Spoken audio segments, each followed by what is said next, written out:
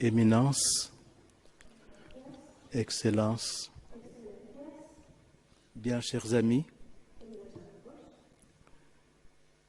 je remercie Dieu pour l'honneur et le privilège d'être avec vous ce soir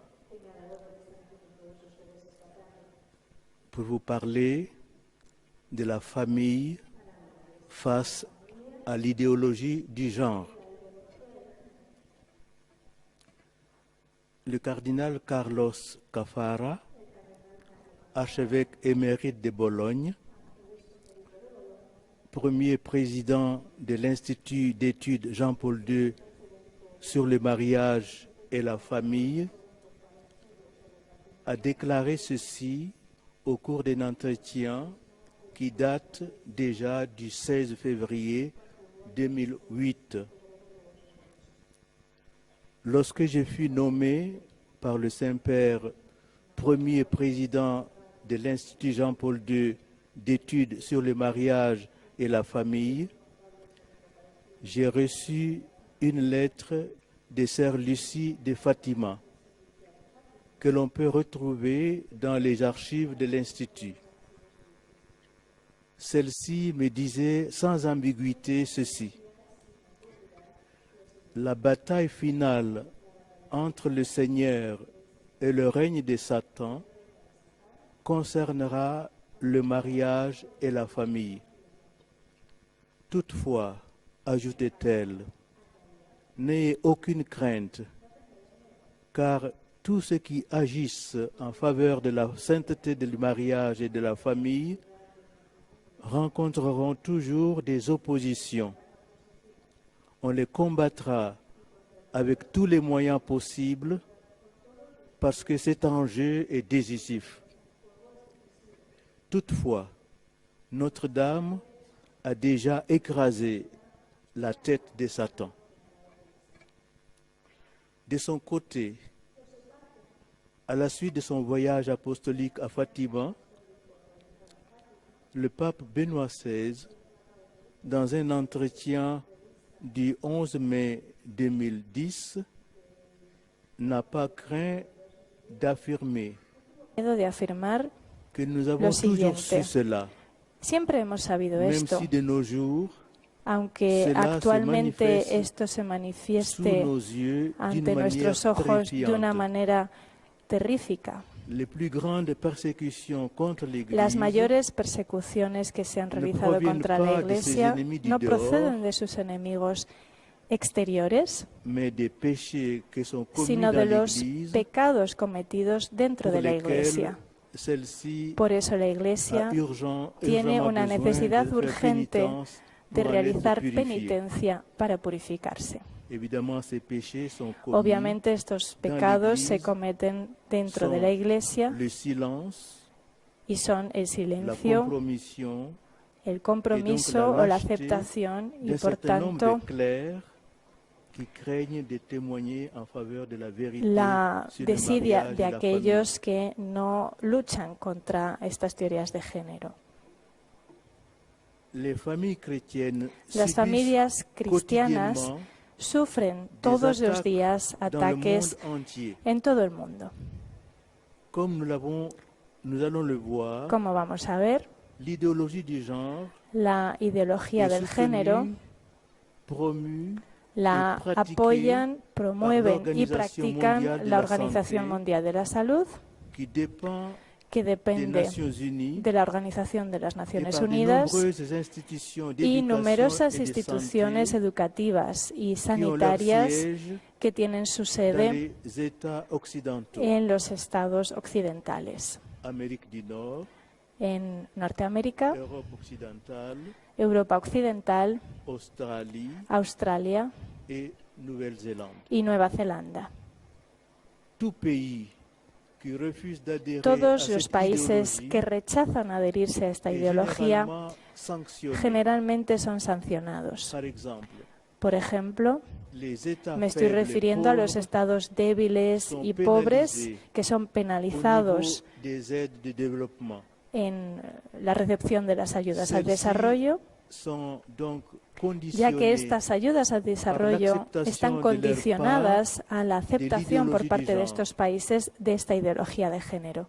cette véritable colonisation Esta touche auténtica colonización l'ensemble de afecta certains a des continents todo el africains, continente africano, en particulier especialmente l'Afrique dit subsaharienne, África llamada mais subsahariana aussi l'Asie y et también l'Amérique Asia latine. y América Latina.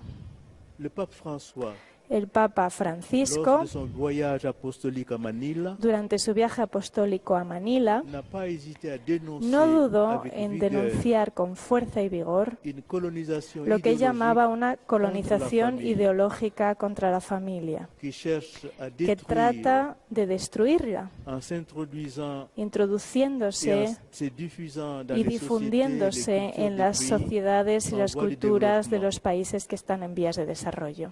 Au numéro 56 En el número de 56 son de su exhortación apostólica post-sinodale postsinodal Amoris Laetitia, il critique fortement critica l'idéologie con mortifère du contundencia genre, la ideología mortífera del género, qui nie la différence et que la niega la réciprocité diferencia y la naturelle reciprocidad natural entre un homme et entre une un hombre y femme. una mujer.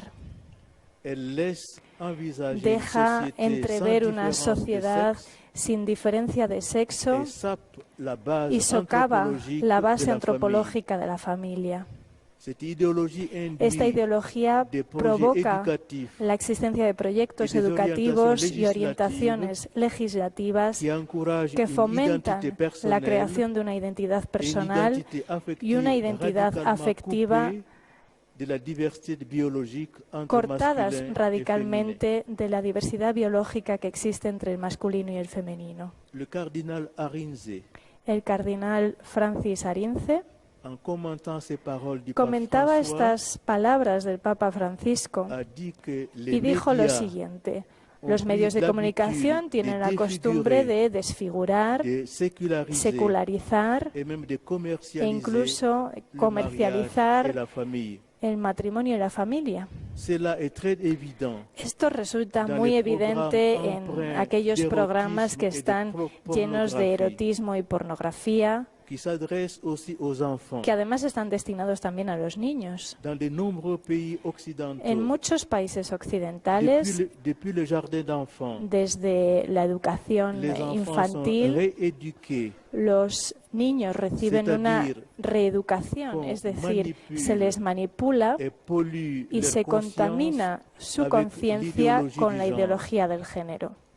Dans certains pays, En algunos países, les familles n'ont pas de choix. las familias ni siquiera tienen la opción de elegir. Ainsi, en 2006, Por ejemplo, en 2006, en en Alemania, Allemagne, on a voulu obliger une se famille quiso chrétienne obligar a una protestante familia de 8 cristiana enfants protestante con 8 a hijos participer à des expériences a choquantes participar en au titre de experimentos l'éducation bastante sexuelle. chocantes bajo Les la parents égida de la educación sexual. décidèrent de ne plus Sus envoyer leurs padres enfants dans decidieron les classes no mandar a sus hijos al colegio, a et ils esas furent clases, condamnés à une peine y de fueron prison. condenados a una pena de cárcel.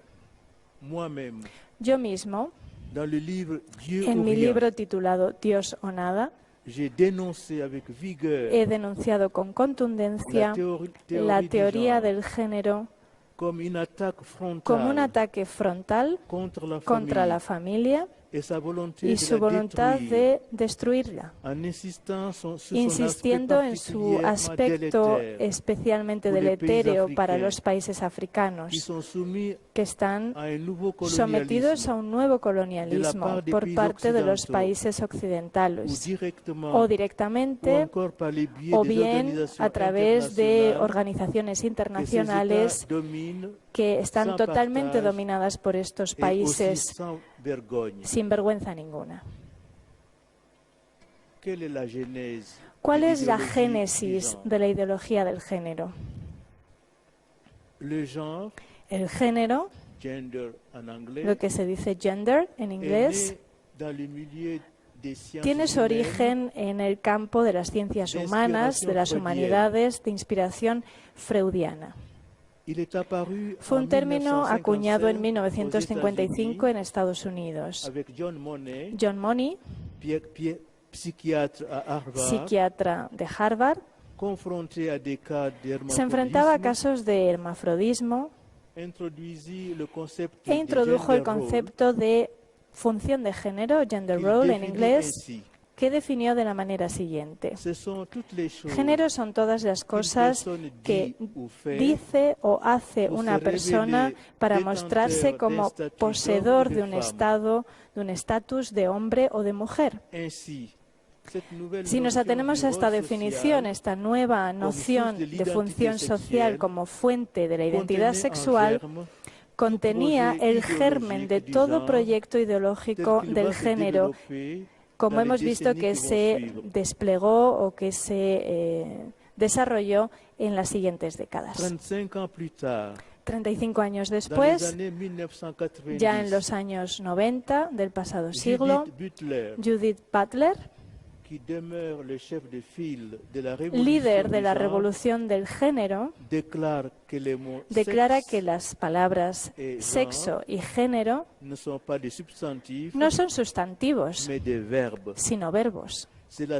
Esto quiere decir que un individuo, hombre o mujer,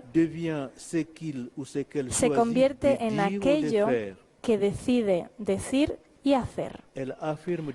Por tanto, Judith Butler afirma que ser hombre o mujer no es lo que somos, sino lo que hacemos. A continuación voy a hablar de los motivos espirituales de una batalla. La teoría aberrante y delirante del género que se presenta, y esto ya es el colmo, una teoría que se presenta como científica, en realidad consiste en una superchería pseudocientífica. Tiene sus raíces en un humus o un mantillo, un terreno que se puede calificar de especialmente turbio, y a propósito del cual no dudo en decir que veo que tiene dentro la mano del propio diablo. ¿Pero de qué se trata? ¿Cuál es el fundamento de esta ideología y cómo podemos combatirla? Sabemos por la Santa Biblia que Satán es homicida desde su origen. ¿Pero por qué decimos que es homicida? ¿A quién quiere matar el diablo con un tesón y un empeño que solamente terminará con la batalla final que se menciona en el Apocalipsis? Satanás quiere matar, quiere destruir el Dios que tenemos dentro, es decir, la persona humana que ha sido creada a imagen de Dios. Quiere que todos seamos individuos, zombies, sin alma, dotados de un cuerpo que se ha convertido en una especie de maquinaria sometida a las manipulaciones genéticas y al transhumanismo. Sí, eso es lo que quiere el adversario. Quiere someternos a él, el príncipe de este mundo, para manipularnos mejor y para romper el cordón umbilical que nos une a Dios. Eso en primer momento. Y después, en un segundo momento, nos quiere manipular con la ilusión, como si tuviéramos una fascinación infundada, para decirnos que solamente somos un conjunto de células destinadas a sobrevivir gracias a una tecnología que cada vez es más sofisticada, y así liberarnos de nuestra condición humana para hacer de nosotros nuestros propios dioses. La pseudo-liberación del hombre se inscribe en la historia de los 3 últimos siglos, Y en este sentido, la ideología del género es el último avatar lamentable. Y me voy a explicar. Se ha producido la liberación del Dios Padre, se produjo ya hace bastante tiempo, cuando las democracias occidentales se formaron en un contexto deísta. Los grandes pensadores del racionalismo, desde Voltaire a Diderot, pasando por D'Alembert, dieron lugar a la famosa Revolución Francesa, que la corriente laica presentó como la génesis de la liberación del hombre con respecto al Dios de los cristianos y con respecto también, por tanto, a la Iglesia y a su magisterio, que fueron calificados todos de opresivos. Por tanto, para los racionalistas, Dios es el arquitecto supremo del universo que se desinteresa totalmente de sus criaturas. El deísmo de los enciclopedistas, por tanto, ha matado la paternidad en Dios. Jean-Jacques Rousseau dijo que la paternidad es un privilegio social. Es lo que yo llamo cortar el cordón umbilical. Y esta etapa decisiva va a dar lugar a otras etapas que paulatinamente van a convertir a la persona en un individuo y a continuación en un zombi. De hecho, si Dios ya no es el Padre, el ciudadano deja de ser el hijo y por tanto también deja de ser una persona que recibe todo de su Padre. Se convierte así en un individuo abandonado a sí mismo para la organización del mundo, abandonado a la organización del mundo y a su propio destino. Como ya no recibe su identidad, ya no la recibe de aquel a cuya imagen y semejanza ha sido creado, la persona tiene que construirla ella misma, tiene que construir su identidad basándose en su única razón. Como dijeron los papas Juan Pablo II y Benedicto XVI, las dos alas que nos permiten elevarnos hacia la contemplación de la verdad son la fe y la razón. Si cortamos el ala de la fe, el hombre se desequilibra. Y de hecho, han hecho falta 3 siglos para que el hombre se choque contra la tierra firme de sus falsas convicciones, para que sea pisoteado, aplastado como un vulgar insecto. Primero, en los campos de concentración nazis, en los gulags comunistas y después de una manera más aséptica, en el fango de la ideología del género. Actualmente, con la ideología del género, el hombre está abandonado, denostado, se le destruye, se destruyen sus valores, su sexualidad, y es poco menos que un animal. El hombre está abandonado a su única razón y por tanto pierde poco a poco todo contacto con la fuente, la paternidad de Dios, que es la que ilumina su conciencia. Es cierto que las declaraciones de los derechos humanos, los preámbulos de las constituciones y las primeras cartas de la Sociedad de Naciones y de las Naciones Unidas, redactadas en los siglos XIX y XX,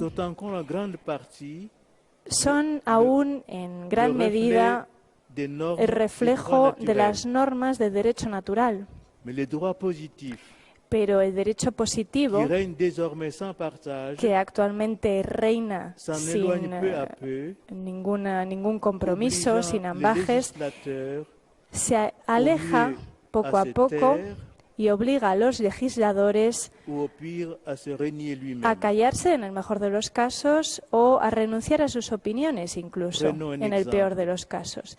Veamos un ejemplo, el más grave y el más significativo.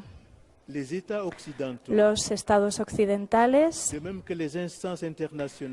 al igual que las instancias internacionales que ellos mismos controlan, como por ejemplo la Unión Europea, son incapaces de definir de forma clara qué es un embrión humano y afirman aquello que toda conciencia humana ya sabe, al igual que lo sabe la ciencia, y que constituye una norma esencial y fundamental del derecho natural. Es decir, que desde el momento de su concepción, el embrión humano es un ser humano que consecuentemente tiene un derecho imprescriptible y absoluto a la vida. Entonces, para evitar contradecir el pseudo derecho al aborto y atraer para sí la ira de la casta mediático-política dominante, los legisladores eligen la opción de andarse por las ramas, si me permiten utilizar esta expresión un poco trivial, o bien se callan completamente y, como si fueran un Poncio Pilatos contemporáneo, rechazan pronunciarse, como ya digo que lo hace la Unión Europea, que deja que cada uno de sus Estados miembros se encargue de regular esta cuestión. Así que se esfuerza por encontrar una expresión susceptible de no atraer la ira de nadie, de no enfadar a nadie. Y es entonces cuando aparece esta definición que cuanto menos es enrevesada. Esta definición que la Comisión Consultiva Nacional de Ética francesa se inventó en el año 1984. Y cito: el embrión es una persona humana potencial. Fin de cita. Hay que entender el término potencial, obviamente, como sinónimo de en proyecto y, por tanto, que aún no existe. Esto es una constatación de que la muerte de la ontología ha pasado por esto. Y por tanto, como resultado del divorcio que se ha producido entre el individuo y la persona, Occidente, y tras Occidente el resto del mundo, favorecido sobre todo por la colonización y después la dominación económico-financiera de los países en vías de desarrollo, el mundo entero, como digo, se ha hundido en el individualismo y las ideologías. La historia nos muestra ampliamente que el deísmo ha desencadenado un proceso que ha conducido a la civilización occidental, es decir, la civilización judeocristiana, de la muerte de Dios y del nihilismo del siglo XIX a la muerte del propio hombre. Eso durante el siglo XX. Para finalmente llegar a un hundimiento sin precedentes de la institución de la familia, que es el vector de la persona humana, en la segunda mitad del siglo XX. Friedrich Nietzsche, o Nietzsche, con su teoría del superhombre que presentaba como el remedio a la desesperación provocada por la muerte de Dios, y también Sigmund Freud, con su nueva antropología basada en las pulsiones primarias, como motivación exclusiva de las acciones humanas, o como Jean-Paul Sartre y su nihilismo libertario, que aparentemente era algo genial.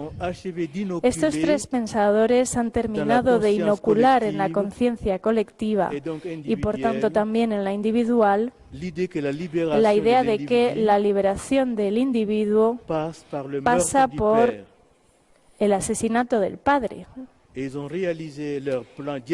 Y han llevado a término su plan diabólico a través de los famosos eventos de mayo de 1968, de mayo del 68.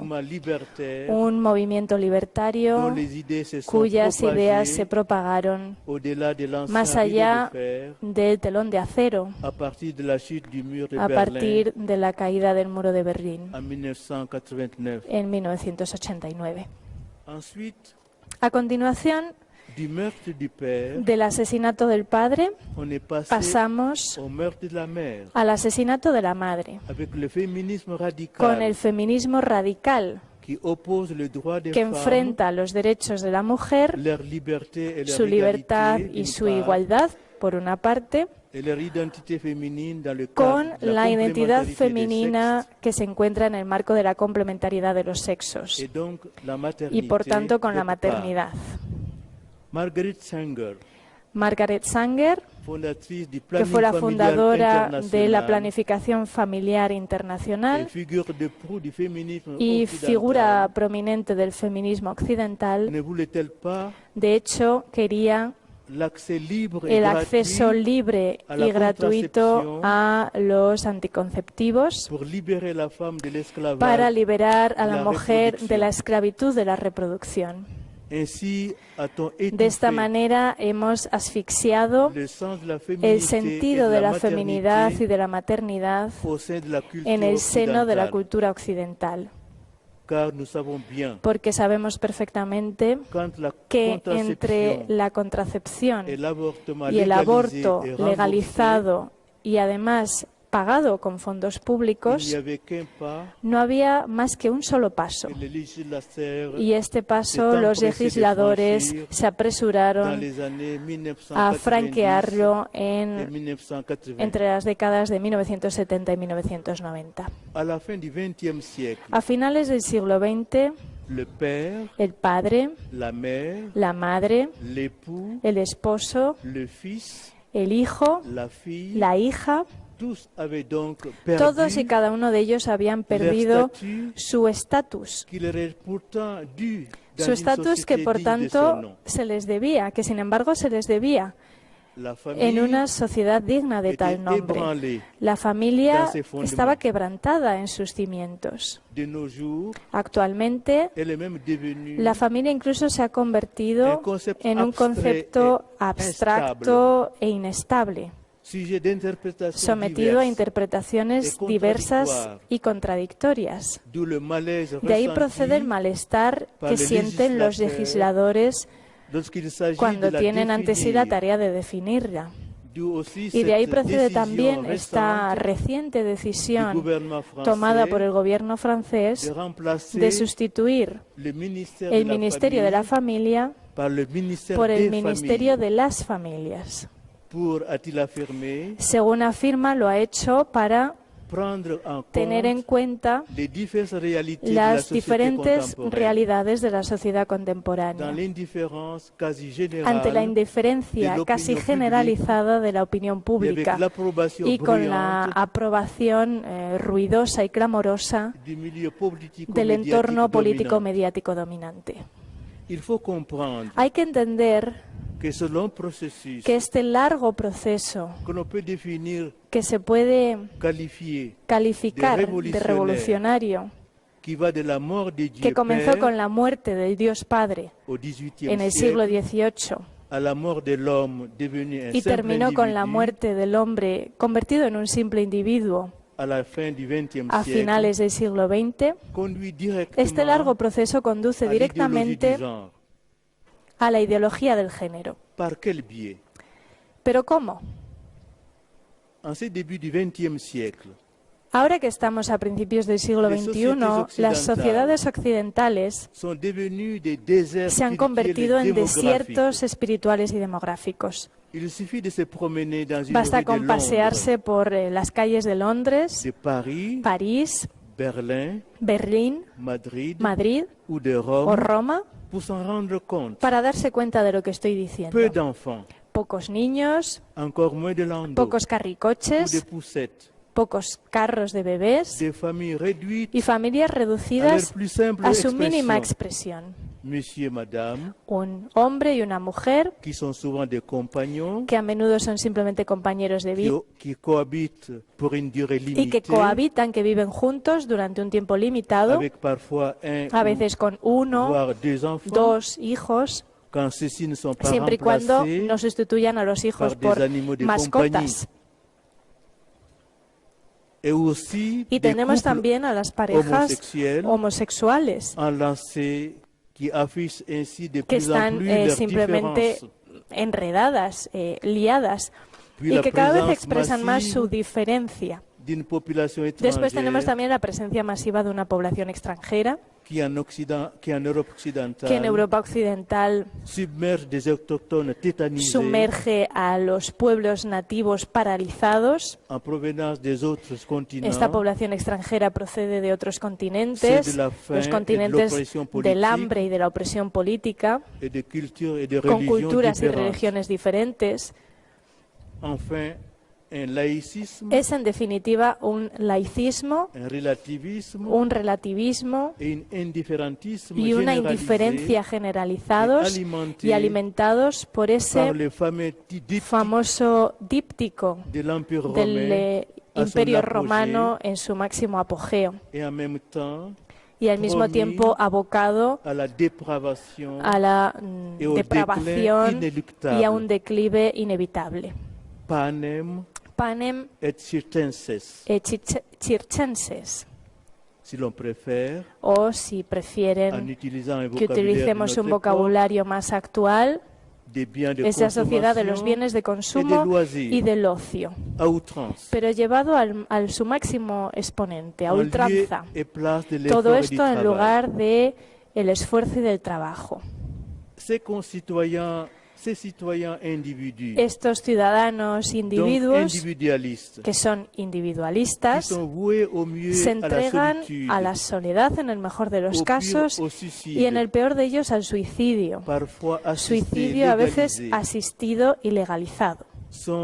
Estos ciudadanos son radicalmente indiferenciados. No son más que consumidores que los sitios web, Internet, utilizan como su mercado gracias a las evaluaciones estadísticas de lo que desean. Esto que acabo de describir es la imagen de la sociedad occidental del vacío, que además es una sociedad depresiva y adolescente. De ahí al bricolaje del género, solamente había un paso. Es ese vacío que ha permitido a los Mefistófeles occidentales, sobre todo a los estadounidenses, afinar su proyecto de reconstrucción social basado en bases pseudocientíficas y laicistas, que son verdaderamente diabólicas. El caldo de cultivo está listo para la revolución final. La revolución que corresponde además al combate definitivo, que es el que menciona el Apocalipsis, que es la revolución del género, que convierte al individuo en un zombie. Es el nihilismo total, radical, absoluto, que es el preludio de la muerte de la humanidad. Es la hora del combate entre lo tenebroso, entre estas tinieblas, donde naufraga una humanidad que está enfrentada a los demonios del nihilismo libertario. El combate entre esto y la luz que solamente la Iglesia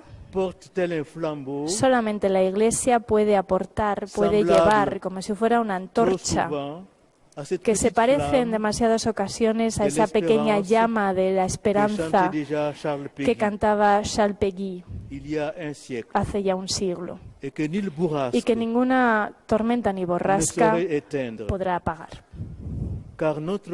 Porque nuestra fe en Cristo, que es el fundamento de nuestra esperanza, es decir, nuestra fe en el Cristo, en Jesús resucitado, el hombre nuevo, Dios hecho hombre, es esa antorcha, esa llama que ilumina nuestras vidas y nuestra conciencia de hombres y de mujeres creados a imagen y semejanza de Dios. La Iglesia es el último y el único refugio que existe contra esa nueva barbarie del género. Y ante esta Iglesia resulta que incluso los hunos de Atila en el siglo V se convirtieron en una amenaza insignificante. Estos bárbaros que en el crepúsculo del imperio, que se había convertido ya en cristiano, el Papa León I consiguió detenerlos en las puertas de Roma gracias a su persuasión. Y esos bárbaros supieron detener ahí su acción maléfica. ¿Harán lo mismo nuestros doctores Fausto contemporáneos?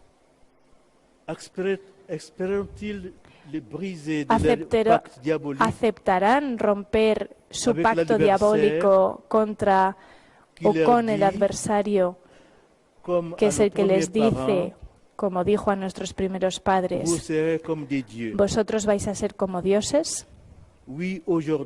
Sí. En la actualidad, la Iglesia es el único y el último refugio contra esta nueva barbarie. Pero si tenemos en cuenta las costumbres y los hábitos paganos en este mundo moderno, la palabra de la Iglesia tiene que ser clara, tajante, sin ambigüedad y con la fuerza suficiente para sustraer a los creyentes de aquello que les aleja de la alianza de Cristo y sus enseñanzas.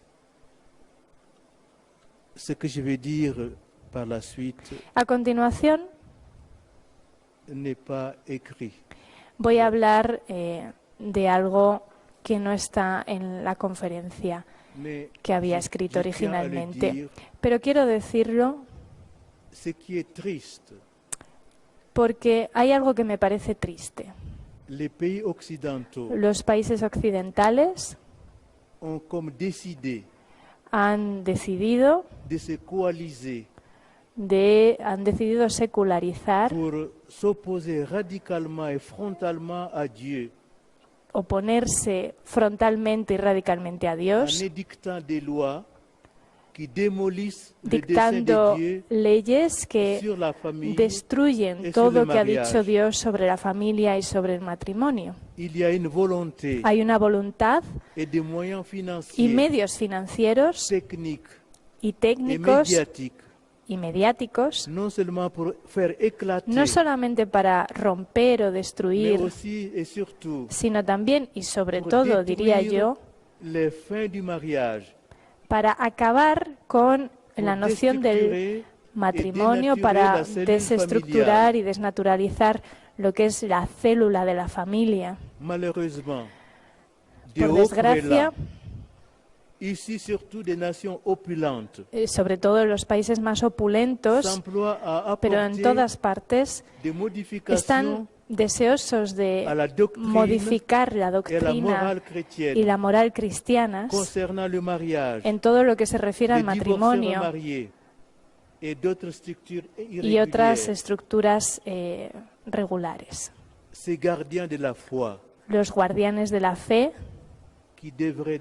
son los que deberán defender lo que defiende el magisterio de la Iglesia y tienen que saber que tendrán que rendir cuentas ante Dios y que el problema fundamental que supone la destrucción de la fe en el matrimonio es un problema moral natural. Y en este plano natural, el hombre y la mujer son llamados a unirse de forma indisoluble para dar testimonio de la ternura, para apoyarse mutuamente en una complementariedad armoniosa. Esta realidad natural es esta realidad material que el Señor elevó a sacramento. Y es esto lo que la Iglesia tiene que defender y proteger hasta la muerte, para la salvación de la humanidad. Como texte est écrit, je ne voudrais pas vous ennuyer, je voudrais seulement y ahora voy a continuar con la conferencia después de este inciso. Y ahora voy a pasar a la última parte de la conferencia.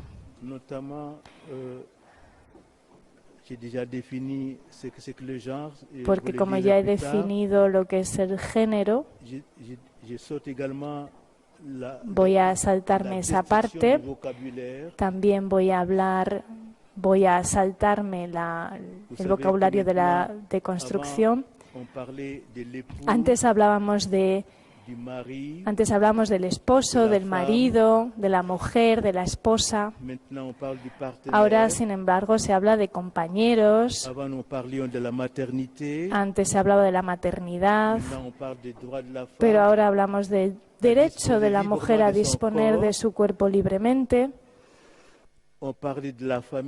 Antes hablábamos de la familia y ahora hablamos de familias en plural o la familia en todas sus formas, etcétera.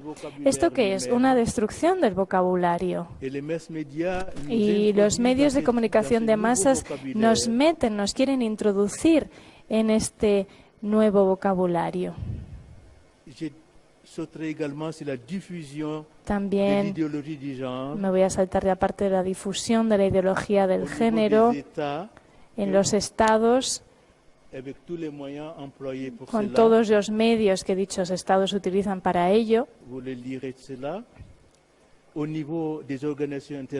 Y también en cuanto a las organizaciones internacionales. Voy a pasar a lo que yo llamo la dictadura,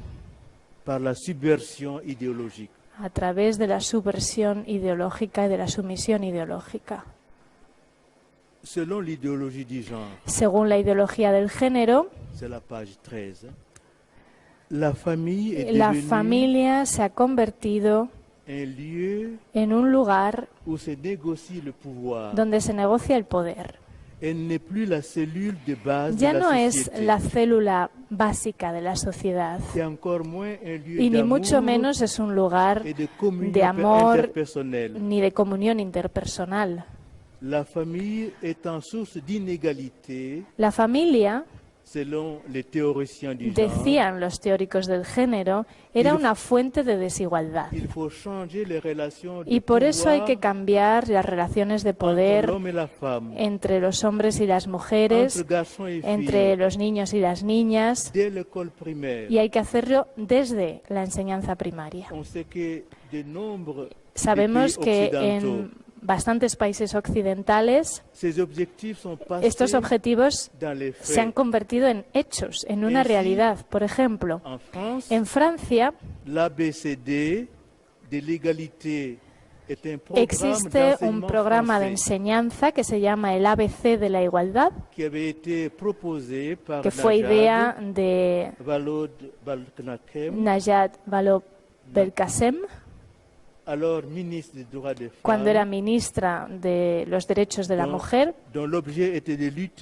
y el objetivo de este programa era luchar contra el sexismo y los estereotipos de género, según decía ella. Este programa se introdujo de forma experimental a partir del curso 2013-2014 en 600 aulas de educación infantil y primaria en Francia. Esta iniciativa pedagógica se encontró con bastante oposición y, por tanto, el 25 de noviembre de 2014, la ministra Vallaud-Belkacem, que en aquel momento era ministra de Educación Nacional, sustituyó este programa, el ABC de la igualdad, por un plan de acción que recuperaba a grandes rasgos las directrices del proyecto anterior. Los partidarios de la ideología del género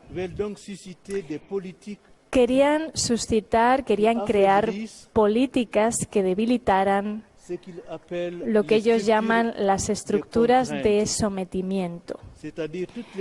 Llamaban estructuras de sometimiento a todas las fuerzas políticas, culturales y religiosas que atribuyen funciones, roles de género estereotipados a hombres y a mujeres y que, por tanto, limitan las decisiones de vida de las mujeres y las niñas y que obligan a los homosexuales a adoptar roles heterosexuales, los cuales obviamente rechazan. Esto que nos encontramos aquí son dos afluentes envenenados que se unen para dar lugar a un río llamado género. Ese río es el feminismo y los grupos homosexuales y transexuales que se llaman LGBT. En su obra, en su libro que acaba de ser publicado, titulado Religión, la hora de la verdad, Monseñor Roland Mineraz, arzobispo de Dijon, afirma lo siguiente, y cito: la modernidad ha querido apostar por un hombre cortado de Dios. Y si Dios ha creado el mundo y los seres humanos, ha imprimido en ellos un orden procedente de su sabiduría y de su razón. Es decir, un orden inteligible para nosotros, comprensible para nosotros. Os lo voy a explicar con otras palabras. La ideología del género hunde sus raíces en el relativismo, según el cual todo es posible y todo es aceptable. Benedicto XVI Y a continuación el Papa Francisco han declarado que nuestras sociedades se orientan hacia una dictadura del relativismo que solamente reconoce el propio ego y sus propios deseos. Esta ideología que ha penetrado en todas las capas de la sociedad se inmiscuye dentro de la Iglesia desde el exterior, pero también desde dentro, también desde el interior. El arzobispo emérito de Chicago, fallecido en abril de 2015, el cardenal Francis George, declaró el 12 de noviembre de 2012 que si bien él pensaba que él iba a morir en su propio lecho, en su propia cama, lo cual resultó ser cierto, era bastante previsible que su sucesor falleciese en la cárcel y que el sucesor de su sucesor bien podría morir siendo mártir en una plaza pública por haber, por ejemplo, denunciado la decadencia de una sociedad, esforzándose por reconstituir de forma paciente la civilización, exactamente como ha hecho la Iglesia en multitud de ocasiones en la historia de la humanidad. Por tanto, existen grupos de presión, lo que se llaman lobbies, que quieren imponer la ideología del género y del relativismo moral. Y si la familia está en peligro, también está en peligro la sociedad y también la fe. De hecho, los obispos y también los sacerdotes, que son quienes cooperan con ellos, están llamados a defender la santidad del matrimonio y de la familia. Si no cumplen con su misión, nuestro futuro, el futuro de la humanidad, corren grave peligro, porque la fe siempre está amenazada por dos frentes. O está amenazada por la voluntad de modificar esa doctrina inmutable, o está amenazada porque se da un mal ejemplo. Actualmente somos testigos especialmente del combate que se está librando, un combate frontal y violento entre el espíritu del mundo y el Espíritu Santo. Y voy a explicar en qué consiste esto. En los orígenes de la Iglesia, por ejemplo, en la época en Roma, sabemos que San Pablo, y lo verán si leen la epístola a los Romanos capítulo 1, sabemos por San Pablo, por tanto, que el contexto cultural era bastante similar al contexto cultural que estamos viviendo actualmente, con la banalización del adulterio, la poligamia, la homosexualidad, el aborto. Los cristianos de esta época, de aquella época, no aceptaron ningún compromiso, sino que se mantuvieron fieles al Evangelio. Incluso aunque su testimonio fuera a contracorriente de la cultura dominante. Y gracias a su ejemplo, que fue creíble, pudieron convertirse en la levadura dentro de la masa pagana de aquella época, según nos decía Jesús. De forma que poco a poco se produjo una conversión de pueblos enteros. Y de esa manera Europa se volvió cristiana y se produjo el florecimiento de una civilización marcada por el cristianismo, en la cual el matrimonio, especialmente la dignidad de la mujer, la familia, el respeto por los niños desde su concepción, se pusieron de relieve. Nuestros ancestros en la fe decidieron, por tanto, elegir el Espíritu Santo y no el espíritu mundano, costase lo que costase. Es decir, incluso hasta sufrir burla y mofa, discriminación o incluso martirio.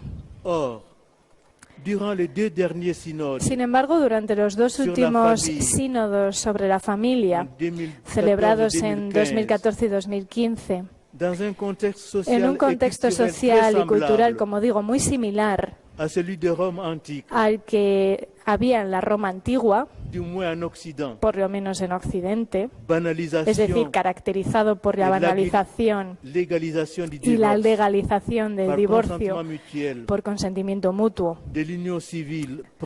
la unión civil temporal o las parejas de hecho, la anticoncepción, el aborto, la manipulación genética, la fecundación in vitro, que suponen la masacre de fetos considerados indeseables, la legalización del matrimonio homosexual o la tentación de consentir al espíritu del mundo. Todo eso que existe en la actualidad, todo esto ha surgido gracias a una excusa teológico-pastoral errónea, que es la adaptación de las enseñanzas de la Iglesia a las realidades del mundo contemporáneo. O si prefieren que se lo explique en un lenguaje más teológico, esto es la adaptación de la doctrina de la Iglesia a los casos particulares que se corresponden con la pastoral. Este auténtico entusiasmo que se manifiesta por este modelo, que sin embargo no es un descubrimiento reciente. Piensen en las teorías desviadas de Hans Kung,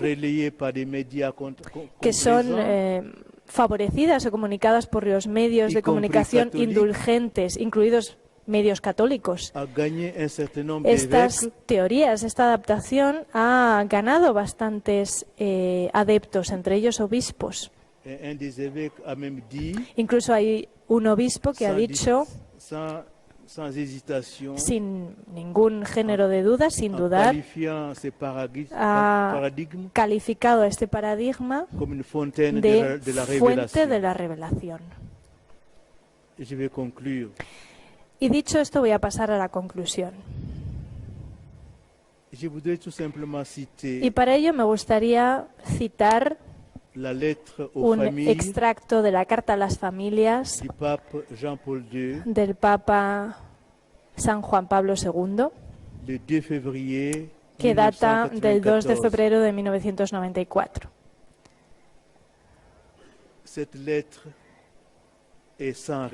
Esta carta no ha perdido ni un ápice de pertinencia y sigue siendo de aplicación muy actual. Voy a leerla. Que Cristo, que es el mismo, que era ayer y que es hoy y que lo será por siempre, esté con nosotros. Mientras nosotros flexionamos las rodillas ante el Padre, del cual proceden toda paternidad, toda maternidad y toda familia humana, y con las palabras de la oración que Jesucristo dirigió a su Padre y que nos enseñó, y que nos sigue dando, gracias a ella, una vez más, el testimonio del amor con el cual nos ama hasta el fin, con la potencia de su verdad. Hablo al hombre actual para que entienda la grandeza de los bienes que son el matrimonio, la familia y la vida. Y que entienda el gran peligro que constituye el rechazo a respetar estas realidades y la falta de consideración por los valores supremos que fundamentan la familia y la dignidad del ser humano. Que el Señor Jesús nos revele todo esto con la potencia y la sabiduría de la cruz, para que la humanidad no ceda ante la tentación del padre de la mentira, que la empuja constantemente a embarcarse en caminos anchos y despejados, a tomar esos caminos que aparentemente son fáciles y agradables, pero que en realidad están sembrados de trampas y de peligros. Que nos enseñe siempre a seguir a aquel que es el camino, la verdad y la vida. San Juan Pablo II ha dicho en varias ocasiones, dijo en varias ocasiones, que el futuro de la humanidad pasa por la familia. Sí. Si la batalla final entre Dios y el reino de Satán pasa por el matrimonio y la familia, tenemos que tomar conciencia urgentemente de que estamos ya en el centro de esta batalla espiritual, de la cual depende el futuro de nuestras sociedades humanas. Y sabemos que la familia, que se fundamenta en el matrimonio del amor, el matrimonio monógamo, el matrimonio libre, fiel e indisoluble, es esa célula básica. Nuestras familias cristianas son como esas múltiples celdas de cera de las colmenas, esas celdas, esos alveolos frágiles y que siempre tenemos que estar reforzando y protegiendo, que constituyen la colmena, donde todos estamos llamados a probar la miel de la verdad. Esa miel que son las palabras salvíficas del Señor Jesús y de su esposa, la Santa Iglesia. Y en este año jubilar de la misericordia, tenemos que poder encontrar refugio, al igual que María, la Madre del Redentor y nuestra Madre.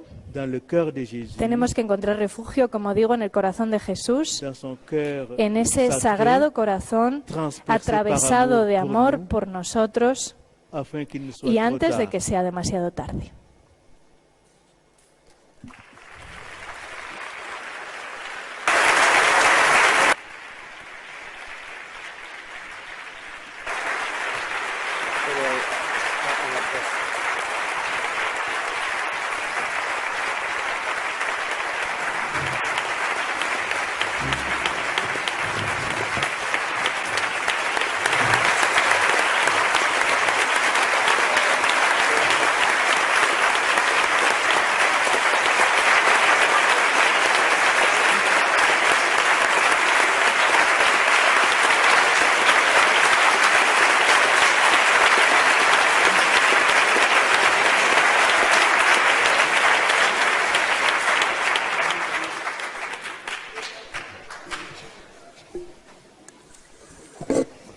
Muy bien, después de esta impresionante exposición, ustedes han presentado muchas cuestiones, no las vamos a responder a todas, me parece, solamente algunas hasta las 8:30, de manera que estén tranquilos, que podrán llegar a casa para tomar la sopa caliente. Cuando quiera, don Salvador. He intentado como resumir las preguntas o juntarlas por temática, digamos, ¿no? Entonces, una primera cuestión sería ¿qué piensa su eminencia sobre si tiene que ver todo esto con la pérdida del sentido del pecado y también con la pérdida del sentido de lo sagrado? El cardenal Ratzinger en el diálogo con la fe habla de esto, que es un gran mal de la sociedad actual, la pérdida de lo sagrado. Luego, unido a esto sería, ¿por qué quieren los países ricos destruir la familia, el matrimonio? O la idea de colonización de Estados Unidos y otros países de imponer la ideología de género. Más o menos esta sería la primera cuestión, ¿no? Pérdida del pecado, del sentido de lo sagrado, persecución contra la verdad del matrimonio por parte de países, etcétera.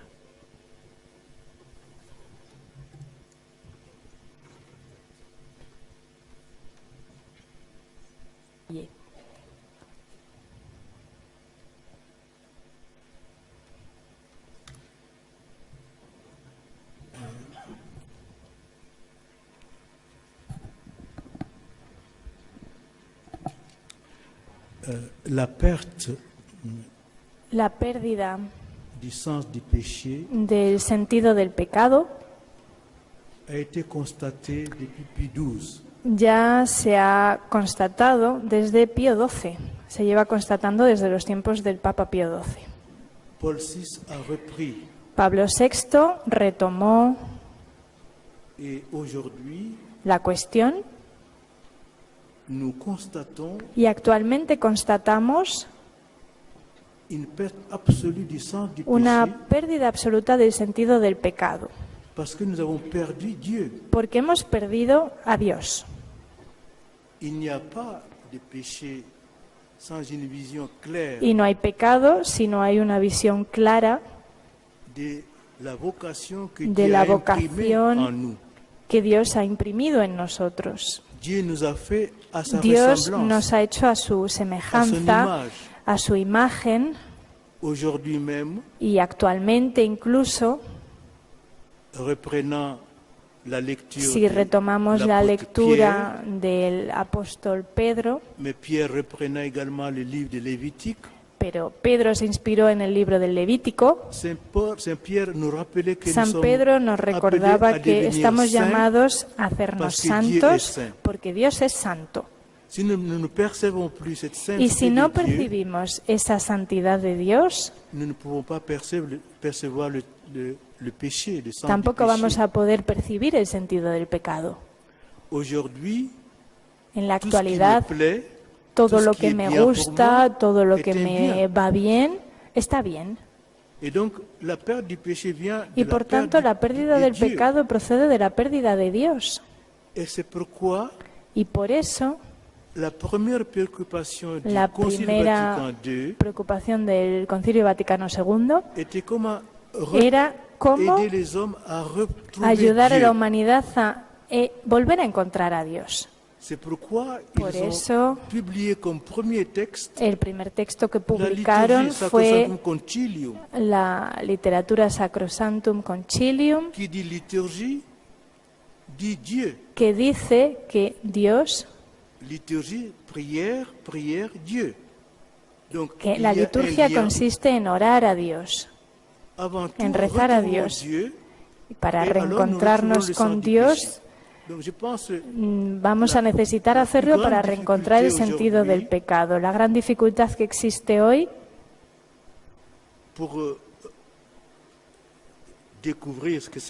para descubrir lo que es el pecado es reencontrar a Dios.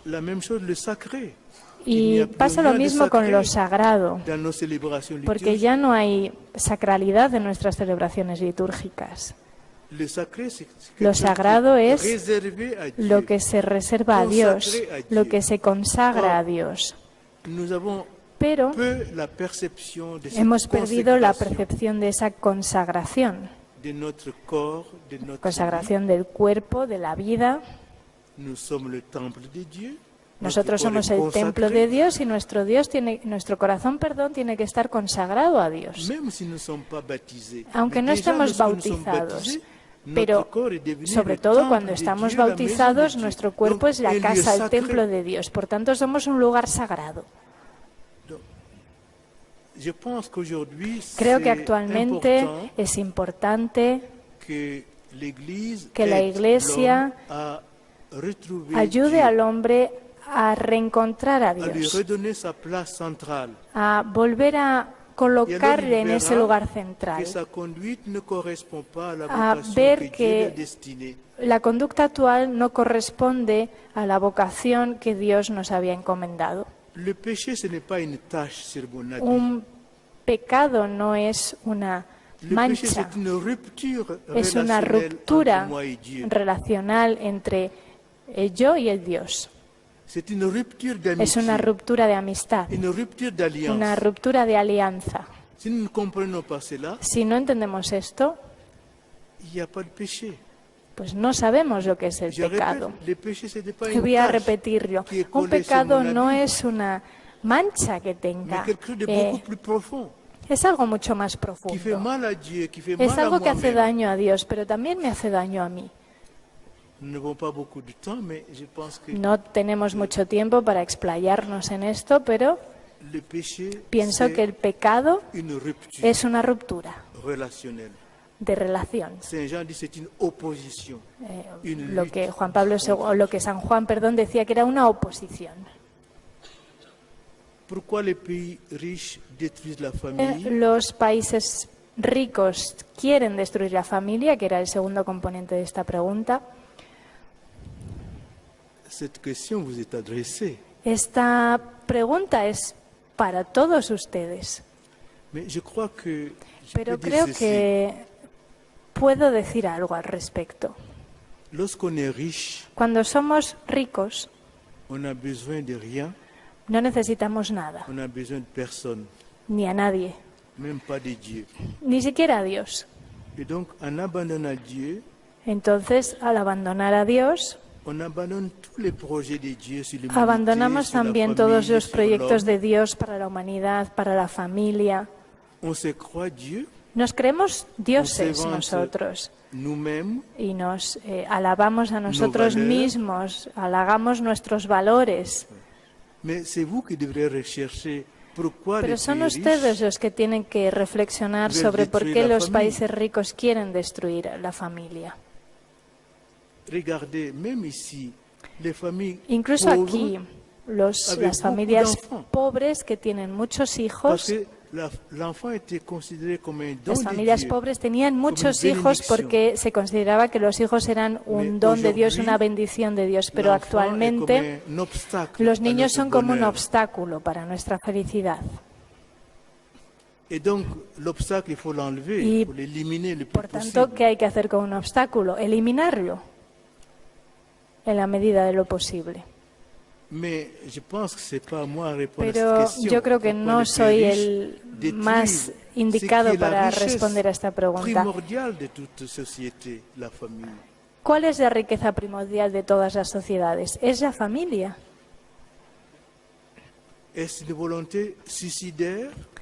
Por tanto, es una voluntad suicida querer destruirla. Yo no tengo una respuesta, pero sí que me doy cuenta de que hay una programación, porque esta ideología del género está programada. Es como una coalición. Todos los países occidentales se han puesto de acuerdo.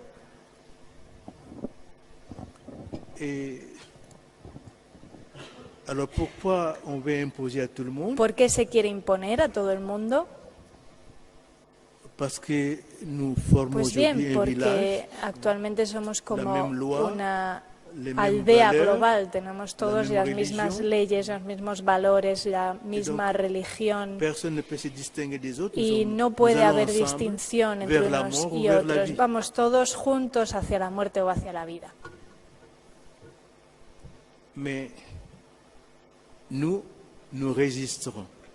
Pero vamos a resistir. Una última cuestión, ¿no? Y la última pregunta.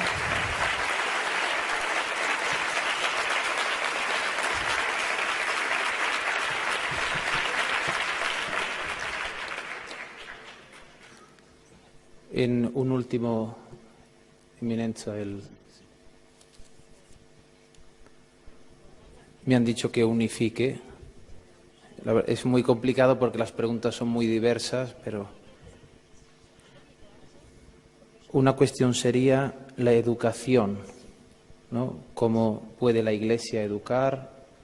¿Cómo enfrentarse a esta teoría de género en los centros nuestros, eclesiásticos? ¿Qué podemos hacer?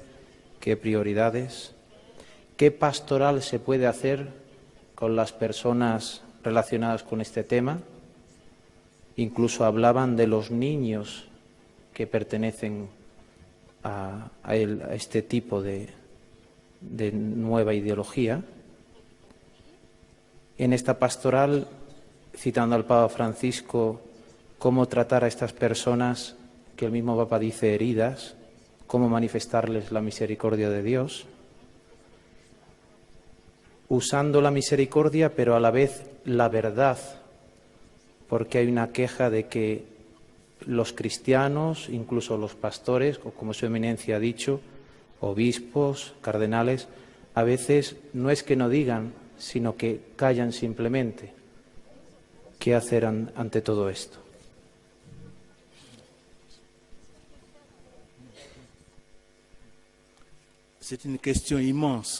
Bueno, es una pregunta inmensa. Pero la Iglesia somos ante todo nosotros, las familias. Y ustedes tienen la responsabilidad de traer al mundo niños que sean educados según los valores cristianos.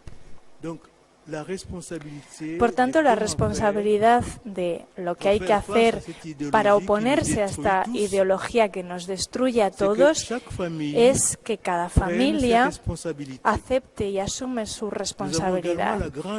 También tenemos la gran familia que es la Iglesia, y la Iglesia es mater et magistra, es la madre y es educadora.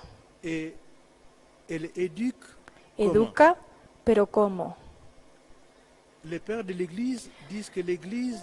Los padres de la Iglesia dicen que la Iglesia es como la luna, que la luna no tiene luz, está oscura. Solo brilla cuando recibe la luz del sol y refleja la luz del sol.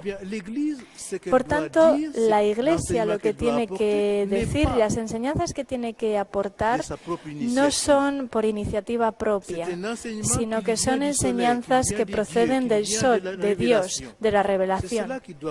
Eso es lo que tiene que comunicar la Iglesia. Las opiniones de los sacerdotes, los obispos y los cardenales obviamente son las opiniones de la Iglesia, que es una madre atenta a las dificultades de cada uno de sus hijos.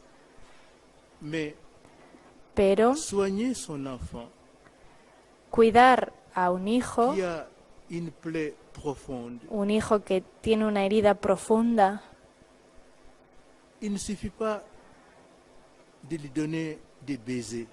no pasa únicamente por darle besos o acariciarlo. Para cuidarlo hay que tratar esa herida que tiene con una medicina, con un medicamento real. Por tanto, la Iglesia, cuando trata a las personas que tienen dificultades o que física o fisiológicamente están con dificultades, tiene que cuidarlos, tiene que ocuparse de ellos con la verdad. Porque la verdad es una forma de caridad, de misericordia. No podemos decirle a alguien que se haya equivocado, que está todo bien, que no es grave, que no pasa nada, que Dios es misericordioso. Hay que sacarlo de su enfermedad, hacer como si fuéramos médicos para curar a ese enfermo. Hay que hacer todo lo posible para examinar al enfermo, diagnosticar la enfermedad y encontrar el medicamento idóneo. Porque el médico ama al enfermo, quiere extraerlo, quiere sacarlo de la enfermedad. No creo que la proclamación abstracta de la misericordia sea suficiente para calmar, curar ese caso del que estamos hablando. Y en todo caso, sé que tiene que ser una pastoral difícil, pero todas las pastorales tienen que basarse en la verdad. Una pastoral que se inspire en Dios. Porque los pastores solamente son el canal a través de los cuales pasa el Dios de la misericordia. La Iglesia tiene, por tanto, que buscar en la verdad cómo enfrentarse a estos problemas que existen hoy en día con la verdad, con paciencia y también con firmeza.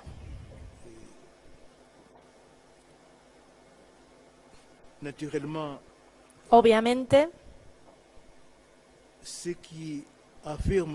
los que hoy en día afirman de forma clara y tajante la doctrina, creemos que no son misericordiosos. Los que afirman la doctrina, pensamos que no son sensibles a los problemas actuales, y eso no es cierto. Fijémonos en Jesucristo. Cuando se encontró con la mujer adúltera, no lanzó la piedra. Nadie tiró su piedra, pero él sí que le dijo a la mujer: vete, pero no vuelvas a hacer esto, no sigas pecando. Cuando se encontró con la samaritana, que tenía 7 maridos, no dijo: ah, bueno, te entiendo tu situación, no pasa nada, está bien que hagas eso. No, le dijo: vete a buscar a tu marido. Y ella misma dijo: no tengo marido. Y Jesús le dijo: efectivamente, porque con el que estás ahora no es tu marido. Porque nosotros solamente tenemos un matrimonio. Voy a darles un ejemplo. Nosotros, los paganos, y lo he escrito en mi libro Dios o Nada, cuando una mujer casada, virgen, con un hombre virgen, tienen que estar juntos siempre, pero si la mujer se separa de su marido para casarse con otro y tiene un segundo marido, incluso un tercer marido, si muere con su tercero, con su cuarto marido,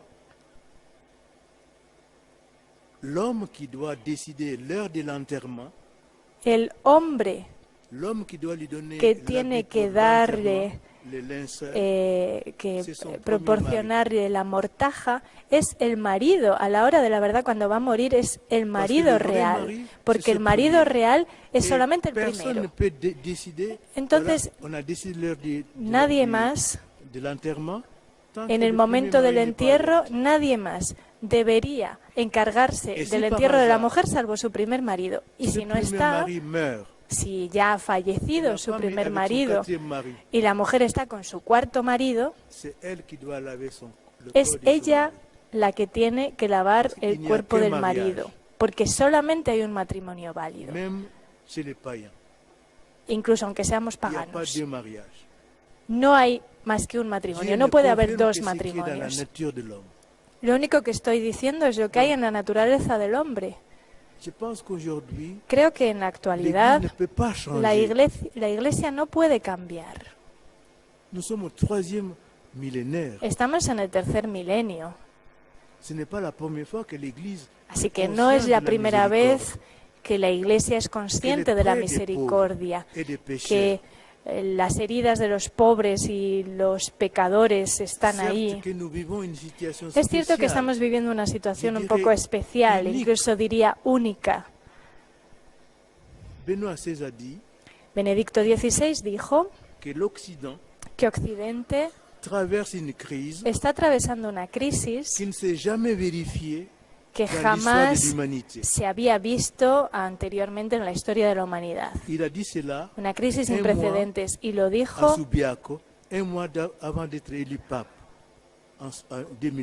en 2005.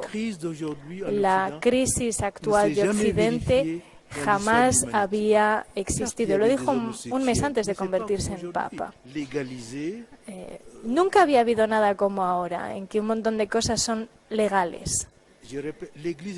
La Iglesia es el único refugio actual que existe para todo esto, para la humanidad, contra todo esto. Muchas gracias. Gracias.